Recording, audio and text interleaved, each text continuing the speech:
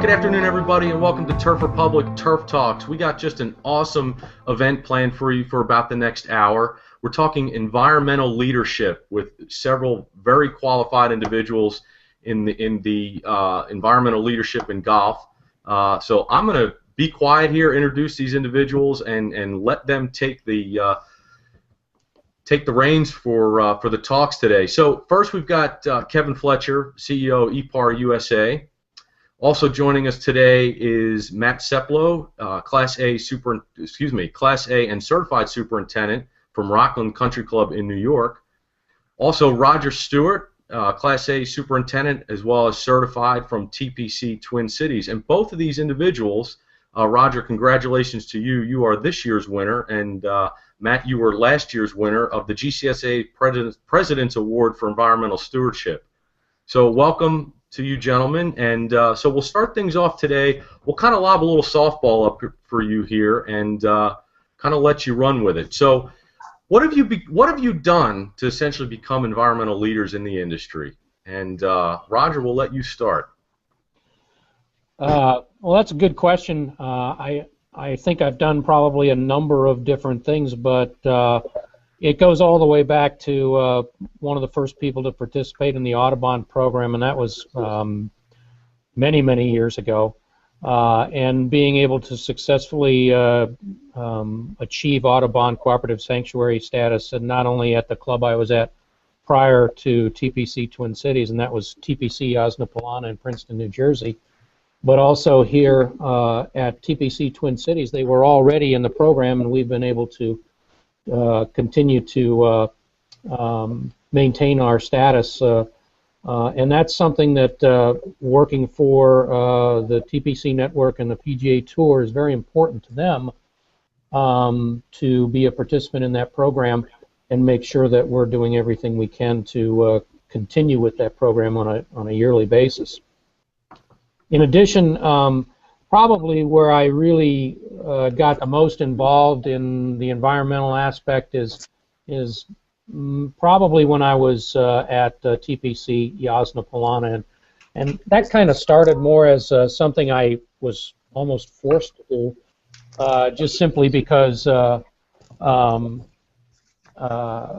the time I got there, we were in construction and grow-in, and part of the permitting process for that course required us to do a number of different things from an environmental standpoint, one of which was a rather extensive water quality monitoring initiative that we had, including groundwater monitoring and surface water monitoring.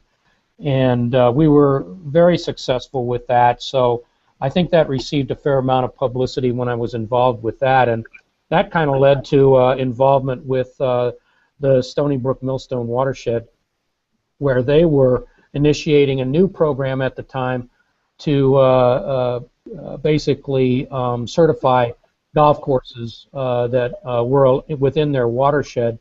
Those who passed the certification exhibited various forms of environmental stewardship in terms of water quality, water use, and various other things, almost modeled similarly to the Audubon Cooperative Sanctuary program. But I was the first one to get certified with that program, so that in and of itself received a fair amount of publicity as well. And then, like Matt, just have, I guess you might say, been involved, but been around GCSAA's activities with EIFG and other things, and I admit I'm a big supporter of that and what GCSAA has done to grow the awareness of golf course superintendents and their efforts to become and are good environmental stewards. Like Matt, I hosted their EIFG website and enjoyed doing that for a year, writing some of those articles. So, you know, I think that was probably pretty good exposure for me as well. Very good. Matt? Yeah, actually, kind of started when I didn't have any gray hair, and kind of just little by little crawling along. Remember, I got my first taste of environmentalism actually at Westchester Country Club with Joe Alonzi when he hosted a seminar regarding Audubon, going back quite a few years now. And that kind of got the ball rolling. I just kind of fell in love with the program. And going through that program, you learn so much, you gather so much information, so that if somebody ever asks you a question, you really have an answer. And it kind of lays the groundwork.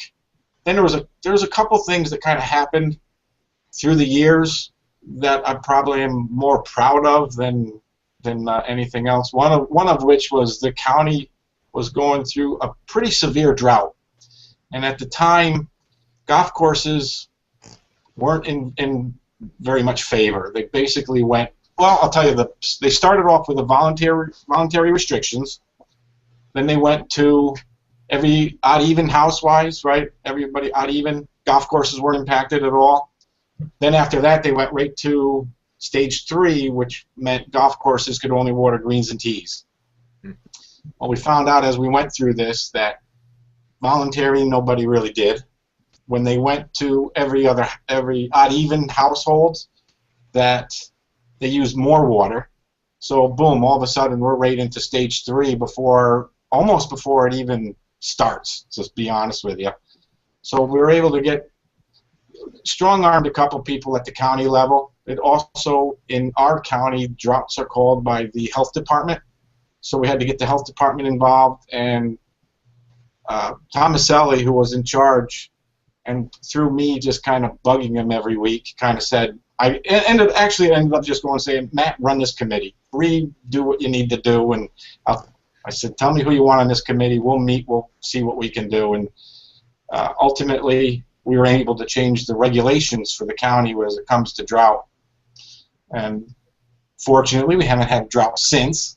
But that's probably one of my more proud accomplishments, other than just, everything that, you almost end up doing it every day. Meeting the people, just even bird watchers and butterfly counters and Girl Scout leaders and just the whole host of really, really good people you meet just going through all of these different programs and getting it. Like, hey, Roger's as involved as anybody, and you start getting involved, these people come out of the woodwork.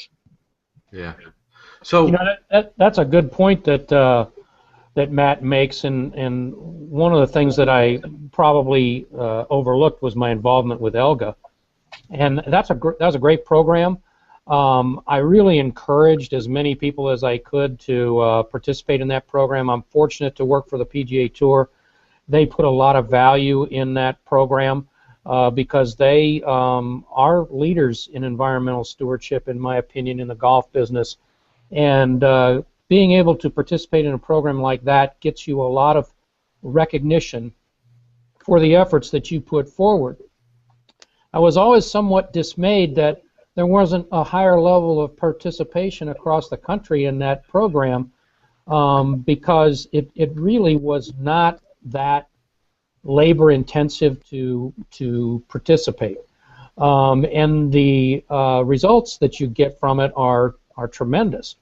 And as Matt said, I've been involved like he has at the local level in 4 different chapters, and you get used to being put in a position where you represent that chapter and its constituents, and so it becomes a little easier for the people like that to be able to get on a program like this and tell about their successes. Mm-hmm. And that's, if there's a message there that I think is most important, is that I'd like to see more and more golf course superintendents be a little bit more proactive in terms of participating in these initiatives and these programs that can bring light to not only what they do as an individual, but what golf does as an industry in relation to the environment. And the more we can do that, the more successful we're going to be. Very good. Kevin, I know both of these gentlemen are involved in your ePar environmental management system. Working with these two, do you have anything to add in terms of their leadership in the golf industry? Well, I think Roger just summed it up real good in terms of certainly with Matt and Roger and all of the ELGA winners, one of the things that I think those that are in golf that you would consider sort of leaders on the environment do is take the time to actually measure and record and capture information and data and stories that can then be told back out. You know, you certainly want to walk the walk, and you want to be able to make sure that your practices are in place in a way that makes sense. But the courses, the clubs, I think that do the best job are the ones that are not afraid to be able to, once they are confident they have a good system in place, are not afraid to go and tell others about it. To not only highlight what the golf industry can be in a community, but you know, my background is kind of interesting because I used to do consulting work with all sorts of businesses and small businesses, and I look at, you know, the golf industry is made up of a whole bevy of small businesses. That's really what a golf operation is, and it's a challenge for small businesses to make environmental management a priority in the same way that a DuPont or a Toyota or, you know, a company that's got a full-time, you know, 10-person environmental health and safety staff. That 10-person staff is usually the superintendent at a golf course, and so taking the time, finding the time to do, you know, to have those best management practices in place, act on them, but then also take the time to record results, data, and report back out. It can be a challenge. So that's one of the things I think that certainly, you know, one of the reasons why Matt and Roger have won the last 2 years this award. But you look at any of the ELGA winners, they're doing a very good job in really capturing that information for their own use. I mean, that's the concept of what an environmental management system is to capture data real time and review it on an ongoing basis so you can know where to make improvements, but also so they have the information and data and stories to be able to tell out to the world as well.